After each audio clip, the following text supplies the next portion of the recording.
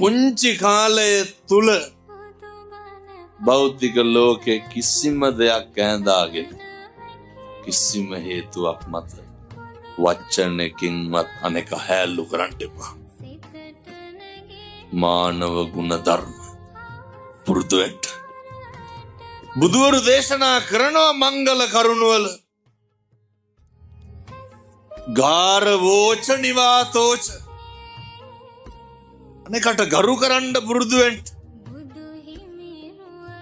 හිස නමන්න පුරුදු වෙන්න. අපේ තත්ත්වය තරාතිරම සමාන ගැලපෙන මිනිස්සුන්ට විතරක් නෙමෙයි ගරු කරන්න ඕන. ඒ ගරු කරන්න ඕන පින්නතුනේ අපේ හෘද සාක්ෂියට එකඟ වෙන්න පුළුවන් විදියට. මම පොඩි කරුණු දෙකක් කියන්න මේක අද රෑ ගිහින් කරන්න ඕන. බෙදී ඔය කෙලලා හැන්දෑවට ගෙවල් වෙනවනම් මේව කරන්න බෑ. මොන මෛත්‍රියද? හැන්දෑවේ නිදා ගන්න කලින් ඔය මුළු ලෝකෙටම මෛත්‍රී කරන්න. මේක කරන්න පුළුවන් වෙන්නේ මොන ආත්මෙද? මිනිස් වෙලා ඉපදුනාම විතරයි පින්නතුන්.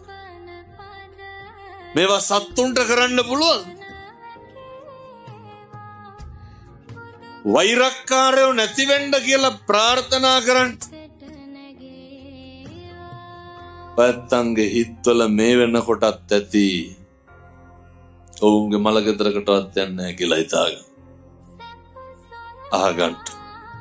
අපෙන් පලිගත්ත අපිට වෛර කරපු එදිරිවාදිකම් කරපු අපිට අකුල් හෙලපු අපිට නැති කාලේ නොබලපු සියලු දෙනාට බලන්න. ජීවිතේටවත් ඇහැක් කරලා බලපු නැති මිනිස්සුන්ට බලන්න. මේ ටික හදාගන්න තියෙන ටික කාලය විතරයි.